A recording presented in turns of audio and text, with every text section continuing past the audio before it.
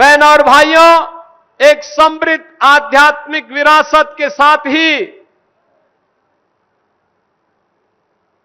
देश की सुरक्षा के लिए और भारत की अस्मिता पर जब भी संकट आया है, उस संकट से उभारने के लिए, देश की गुलामी की बेड़ियों को तोड़ने के लिए राजा रामराव बख्श सिंह जी, अमर नायक वीर गुलाब सिंह लोधी जी ने ब्रिटिश हुकूमत की जड़ों को खाड़ने के लिए जो अपना बलिदान दिया, उन सभी की स्मृतियों को भी मैं कोटि कोटि नमन करता हूं।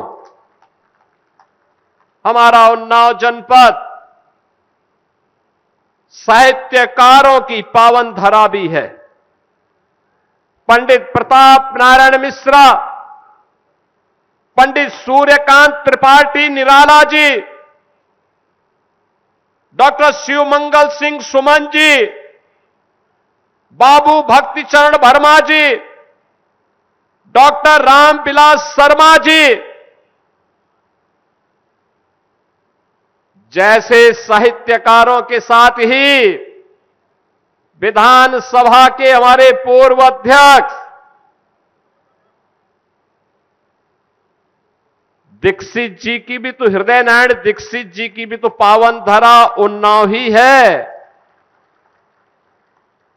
और इसलिए बहनों और भाइयों, इतनी पावन और समृद्ध आध्यात्मिक साहित्यिक क्रांति की धरा को मैं कोटि कोटि नमन करता हूं।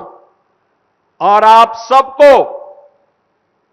आज जब यहां पर आया हूं तो 570 करोड़ रुपए की इन परियोजनाओं के लिए यहां के लोकप्रिय सांसद जी को, दोनों विधानसभाओं के लोकप्रिय विधायकों को, उन्नाव जनपद के सभी जनप्रतिनिधियों को और सभी पदाधिकारियों को विकास में रुचि लेने के लिए हृदय से धन्यवाद देते हुए पूरे उन्नाव जनपद वासियों को मैं इन योजनाओं की हृदय से बधाई देता हूं। बहन और भाइयों, मैंने पिछली बार आकर के कहा था यहां पर,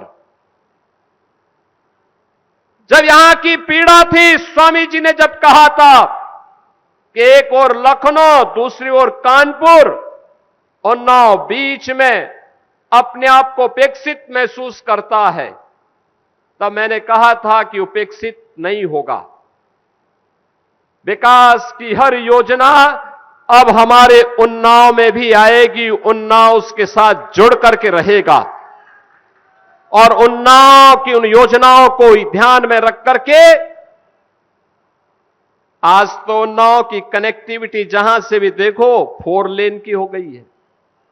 और गंगा एक्सप्रेसवे की शानदार यात्रा कैसे होती है, उन्नाव का व्यक्ति अब चाहे तो लखनऊ को बाईपास करके सीधे दिल्ली भी जा सकता है और प्रयागराज भी जा सकता है। कानपुर के लिए भी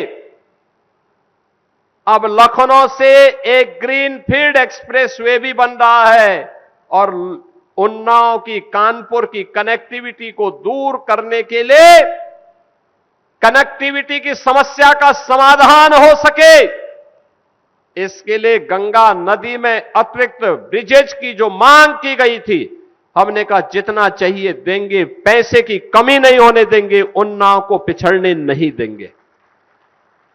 आज वह भी आपको यहां पे प्राप्त हुआ है।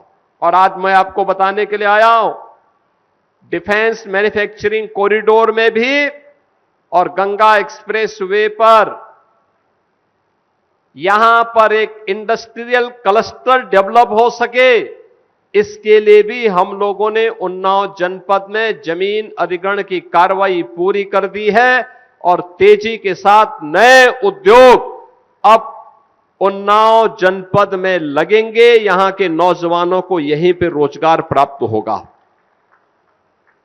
बहनों और भाइयों, हम सबको इस बारे में ध्यान रखना होगा। आज हम सब नए भारत के, नए उत्तर प्रदेश में रह रहे हैं, एक बदलावा परिवेश। प्रधानमंत्री मोदी जी के यशस्वी नेतृत्व में नया भारत दुनिया के अंदर सिर उठा करके गौरव के साथ चलता है। भारत के सामने अब पहचान का संकट नहीं। याद करिए, जब दुनिया आर्थिक मंदी के दौर से गुजर रही थी,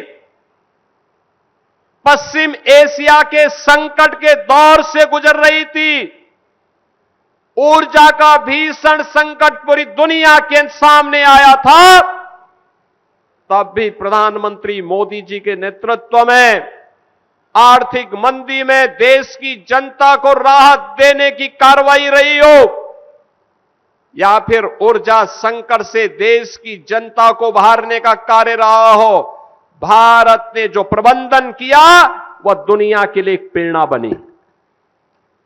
अकेला भारत है जो इन दोनों चुनौतियों का बखूबी सामना किया, अन्यथा इस समस्या को देने वाला अमेरिका स्वयं महंगाई से त्रस्त है। कई गुना वहां महंगाई बढ़ चुकी है, लेकिन भारत के अंदर हम प्रधानमंत्री मोदी जी के नेतृत्व में सुरक्षित हैं। आस्था का भी सम्मान हो रहा है और अर्थव्यवस्था को भी मजबूती के साथ आगे बढ़ाया जा रहा है। देश की सुरक्षा को पुख्ता इंतजाम किया जा रहा है।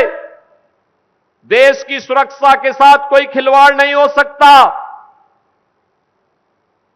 आंतरिक सुरक्षा में सेंध लगाने वाले नक्सलवादियों को, आतंकवादियों को, उग्रवादियों को उन्हीं की भाषा में जवाब दे करके भारत की ताकत का एहसास करवाया जा रहा है। समाज के प्रत्येक तबके के लिए योजनाएं बनी है।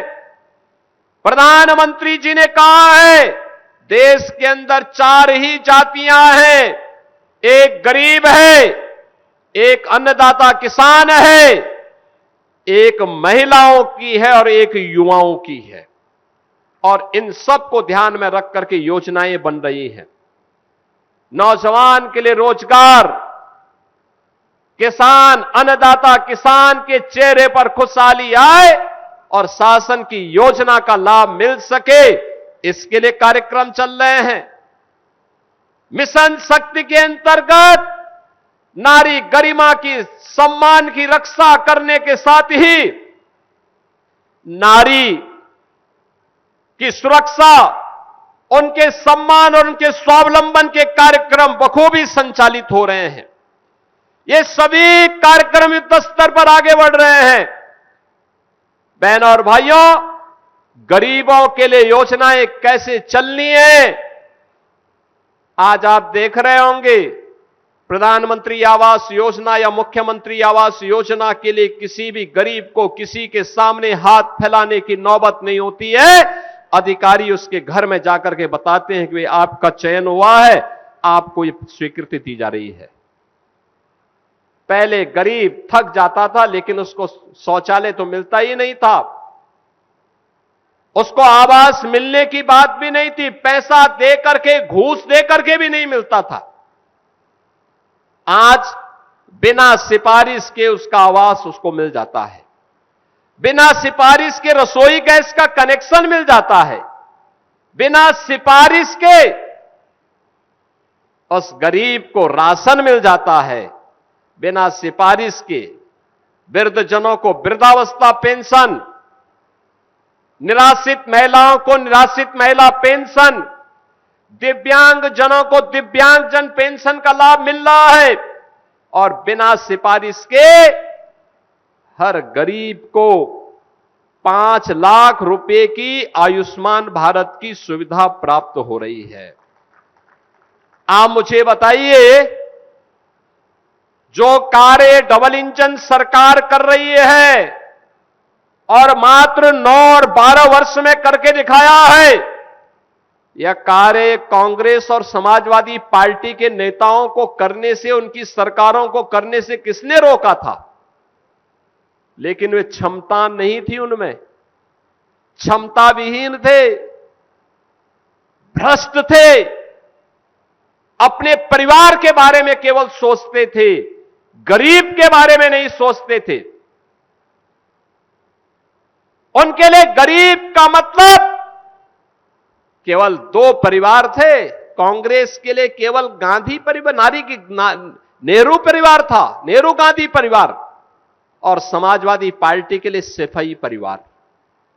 बाकी उससे बाहर उनकी सोच ही नहीं थी। उससे बाहर वे किसी के बारे में सोच भी नहीं सकते थे। अगर कोई गरीब आवाज उठाता था तो उसकी आवाज को दबा दिया जाता था, और कोई राजनीतिक दल आवाज उठाता था तो इनके गुंडे और इनकी माफिया न केवल उनकी आवाज को बंद कर देते थे, बल्कि व्यापारियों का अपहरण करके पूरा तांडव करते थे। बहनों और भाइयों, जब सत्ता पोषित इन माफियाओं के कारनामों को मैं देखता हूं तो मुझे रामायण याद आने लगता है कि रामायण काल में खर, दूषण, मारीच और सुबाहु ऐसे रहे होंगे जैसे सपा और कांग्रेस के समय में माफिया राज था। कांग्रेस के नेताओं को किसी गरीब के लिए आंसू बहाते हुए देखा है? नहीं, इनके आंसू बहते हैं माफिया के लिए। माफिया के मरने पर ये लोग आंसू बहाते हैं। गरीब की पीड़ा के प्रति इनकी कोई संवेदना नहीं है। गरीबों के प्रति ये संवेदनहीन बन जाते हैं। गरीबों का इन्होंने शोषण किया है।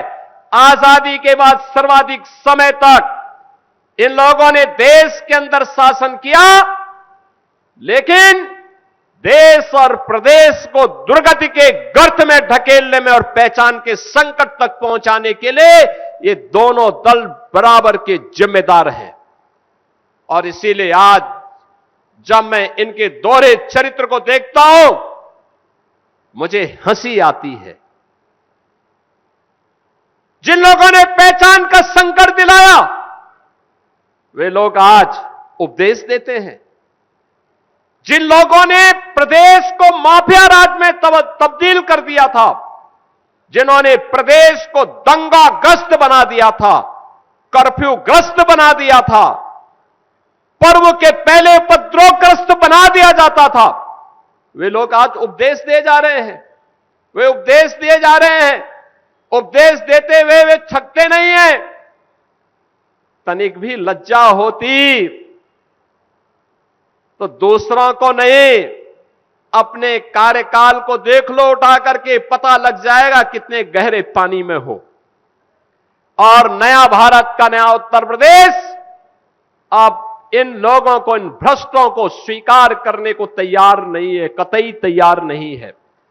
जिन्होंने उत्तर प्रदेश के युवाओं के भविष्य के साथ खिलवाड़ कर किया, वहां का युवा, जिनकी युवाओं के रोजगार पर, जिन युवाओं के नौकरियों पर, जिन युवाओं के स्वाभिमान पर इन दलों ने जबरन खिलवाड़ करने का काम किया है, उस यूपी का युवा इनको कभी स्वीकार नहीं करेगा। और जब भी मौका मिलेगा, इनको उस अपमान का, जरूर उस अपमान का बदला लेकर के रहेगा। और यही यूपी का नौजवान लगातार 14 से कर रहा है।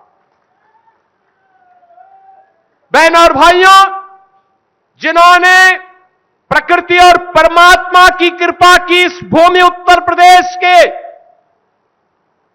मेहनती अन्नदाता किसानों को आत्महत्या करने के लिए मजबूर किया, वहां का अन्नदाता किसान, जिसको उसकी फसल का दाम नहीं मिलता था, जिसका शोषण कर दिया जाता था, जिसको बिजली नहीं मिलती थी, जिसके ट्यूबवेल चोरी हो जाते थे, जो किसान, गन्ना किसान तबाह, प्रधानमंत्री किसान सम्मान निधि का कोई लाभ नहीं, समय पे बीज नहीं, समय पे फर्टिलाइजर नहीं मिल पाता था। उस प्रदेश का अन्नदाता किसान भी इन लोगों को स्वीकार नहीं करेगा, बर्दाश्त नहीं करेगा। नारी शक्ति इस साक्षात जगत जननी मां भगवती की प्रतीक है, वह तो खर और दूषण और चंड और मुंड से बहुत अच्छी तरह निपटना जानती है। वह तो कतई स्वीकार करेगी ही नहीं, क्योंकि वह इस बात को भूलती नहीं है। जब समाजवादी पार्टी की चर्चा होती है तो देखती है लोग कोई ना कोई ट्वीट कर लेता है, कह देता है देख सफाई बिटिया घबराई। यही तो होता था प्रदेश में, यही होता था। बहनों और भाइयों, नया भारत और नया उत्तर प्रदेश आज अपने सम्मान और स्वाभिमान के साथ खिलवाड़ करने वाली लोगों को बख्शता नहीं है। विकास और विरासत के साथ कोई समझौता नहीं करता है। जो भी प्रस्ताव मेरे पास उन्नाव के आए हैं, उन सभी प्रस्तावों को हमने प्राथमिकता के आधार पर लिया है और हमने कहा देखो पैसे की कमी नहीं, अरे उत्तर प्रदेश में तो साक्षात प्रभु श्री राम का आशीर्वाद बरसता है, बांके बिहारी वृंदावन की कृपा बरसती है।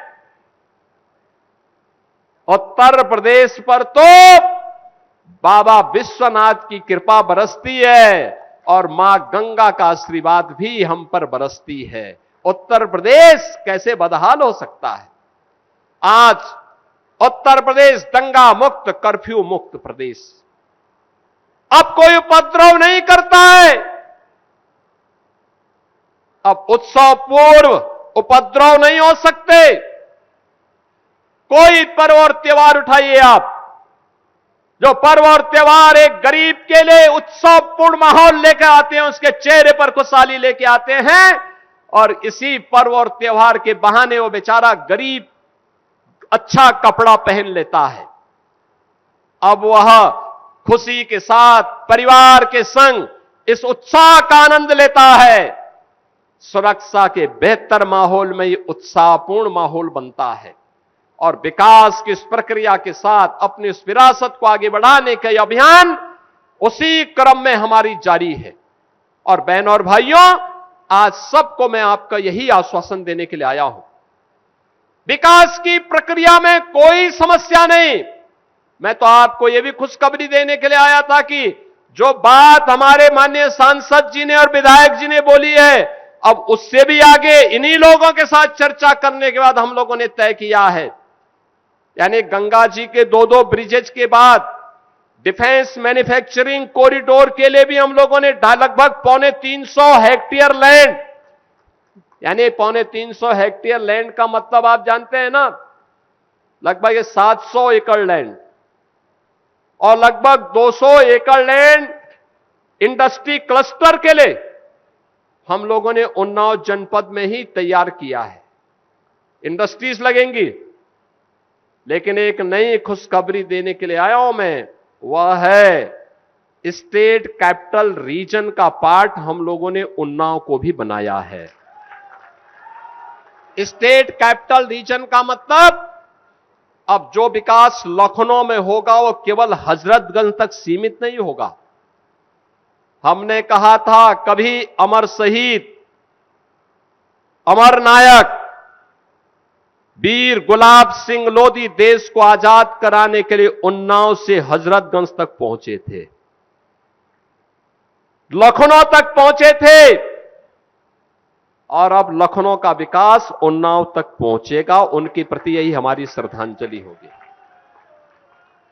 हम लोगों ने तय किया है अब लखनऊ में विकास जो भी होगा वो लखनऊ तक सीमित नहीं होगा, वो सीधे उन्नाव होते हुए कानपुर तक जाएगा। और इसके लिए जैसे दिल्ली के अंदर आप देखते होंगे, दिल्ली से देश की पहली रैपिड रेल दिल्ली से मेरठ तक पहुंच गई है। ऐसे ही हम लोगों ने एक प्रस्ताव तैयार कर रहे हैं, लखनऊ से हम उन्नाव होते हुए कानपुर तक रैपिड रेल के एक नए प्रस्ताव को लेकर के भी चल रहे हैं। एक रिंग रोड बनेगा पूरा चारों ओर। क्या लखनऊ, क्या उन्नाव, क्या हरदोई, क्या सीतापुर, क्या बाराबंकी, रायबरेली, ये सब जिले आपस में जुड़ेंगे और विकास में सबकी सहभागिता होगी, बराबर की सहभागिता। एक बड़ा क्लस्टर बनेगा। हमारे पास हमारा ऊर्जावान युवा है, हमारा मेहनती अन्नदाता किसान है, आधी आबादी की ताकत है, मां गंगा का आशीर्वाद है। क्यों नहीं अब हमारा उन्नाव भी विकास की प्रक्रिया में एक विकसित उन्नाव के रूप में अपने आप को प्रस्तुत करे। और इसके लिए अलग अलग जनपदों में अलग अलग क्लस्टर विकसित किए जा रहे हैं, व्यापक कार्य योजना बन रही है, वर्ल्ड क्लास इंफ्रास्ट्रक्चर विकसित करने की तैयारी चल रही है। विकास की योजना केवल आज को ध्यान में रख करके नहीं, आगामी 100 वर्षों की कार्य योजना लेकर के चला जा रहा है कि 100 वर्ष के बाद भी वर्तमान जो उस समय की पीढ़ी होगी, वह पीढ़ी जब सोचेगी कि डॉक्टर स्वामी सच्चिदानंद साक्षी जी महाराज यहां के सांसद थे, उस समय के यहां के विधायक, हमारे जो भी जनप्रतिनिधिगण हैं, इनके बारे में कि पंकज गुप्ता उस समय यहां के विधायक, यहां उन्नाव के विधायक थे, 100 वर्ष के बाद भी जब बोलेंगे कि भगवंत नगर में कभी हृदय नारायण दीक्षित जी ने, कभी आशुतोष शुक्ला जी ने नेतृत्व किया, तो उस समय याद करेंगे देखो ये विकास की कार्य योजना का काम इन्होंने ये आधारशिला रखी थी। ऐसे ही जैसे गंगा एक्सप्रेसवे बन रही है, गंगा एक्सप्रेसवे देखा ना, देश की सबसे बड़ी एक्सप्रेसवे है ये। कोई चलेगा एक बार तो उसको लगेगा कि कैसे एक्सप्रेसवे में ग्लोबल स्टैंडर्ड को लागू किया जाता है। उसकी राइडिंग क्वालिटी वही है जो दुनिया के अंदर सबसे अच्छी सड़क की होगी, वह गंगा एक्सप्रेसवे में आपको देखने को मिलेगी। और उन्नाव भी उसके साथ जुड़ा हुआ है, उन्नाव भी उसके साथ जुड़े। इसीलिए जब हमें उद्घाटन करवाना था तो हमने किसी और जगह नहीं करवाया, प्रधानमंत्री जी को उन्नाव और हरदोई के बीच में आमंत्रित किया। और मैं उन्नाव के वासियों का हृदय से धन्यवाद दूंगा कि प्रधानमंत्री जी के स्वागत के लिए उन्नाव के लोग बड़ी खुशी के साथ आए। आप देखो कितनी अच्छी कनेक्टिविटी हो रही है आपकी। यूपी जैसे राज्य में इंफ्रास्ट्रक्चर हो, आज एक्सप्रेसवे पर यूपी का एकाधिकार है, एयर कनेक्टिविटी में यूपी का एकाधिकार है। सबसे बड़ा देश का एयरपोर्ट आज नोएडा इंटरनेशनल एयरपोर्ट प्रारंभ हो गया है जेवर में। यह यूपी की एक ग्रोथ इंजन की स्टोरी बनने जा रही है। भारत के विकास में यूपी के योगदान के बारे में आगे निरंतर कार्य करेगा। बहनों और भाइयों, उस नए विकास की प्रक्रिया के साथ जोड़ने के लिए उन्नाव को आज मैं यहां पर उपस्थित हुआ हूं। अभी तो हमने केवल 2 ही विधानसभा की ली है, अभी ऐसे ही अन्य विधानसभा क्षेत्रों में भी हम लोग लगातार दौरा करेंगे, विकास की योजनाओं को लेके आएंगे। कुछ का शिलान्यास, कुछ का उद्घाटन निरंतर होगा। विकास की प्रक्रिया तेजी के साथ आगे बढ़ेगी, लेकिन इसका श्रेय मैं आपको देता हूं। आपने अच्छे लोग चुनकर भेजे हैं, इसलिए अच्छा विकास हो रहा है। अच्छे लोग चुन करके जा रहे हैं, इसलिए विकास हो जा रहा है। अगर विकास में बाधा थी तो गलत लोग जब चुन के जाते थे, गलत लोगों की सरकार बनती थी, उनकी सोच संकुचित थी। याद करिए, एक सोच वह थी जो सफाई को ही प्रदेश मान लेती थी, सफाई को ही प्रदेश मान लेती थी। और एक मोदी जी की सोच है, पूरे भारत को ही उन्होंने अपना घर माना है और भारत के 140 करोड़ लोगों को अपना परिवार माना है।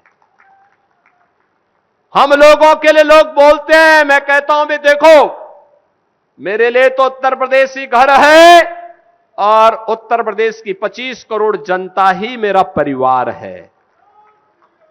उसके हितों का संवर्धन करना, उसकी सुरक्षा करना, उसकी समृद्धि की चिंता करना,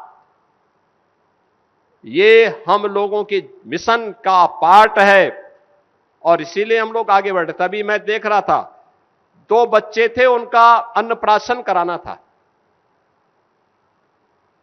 साक्षी जी ने कहा कि बच्चे रो रहे थे पहले, लेकिन जब हम लोग गए तो बच्चे मेरे पास आए। जैसे हम सामने पहुंचे, उन्होंने रोना बंद कर दिया। साक्षी जी बोले, रो नहीं रहे हैं? मैंने कहा उन बच्चों को पता है, क्योंकि बच्चे तो ईश्वरीय देन होते हैं, साक्षात ईश्वर के प्रतीक होते हैं। मैंने कहा उनको मालूम है कि अब आ गए हम सुरक्षित हैं, भविष्य सुरक्षित है।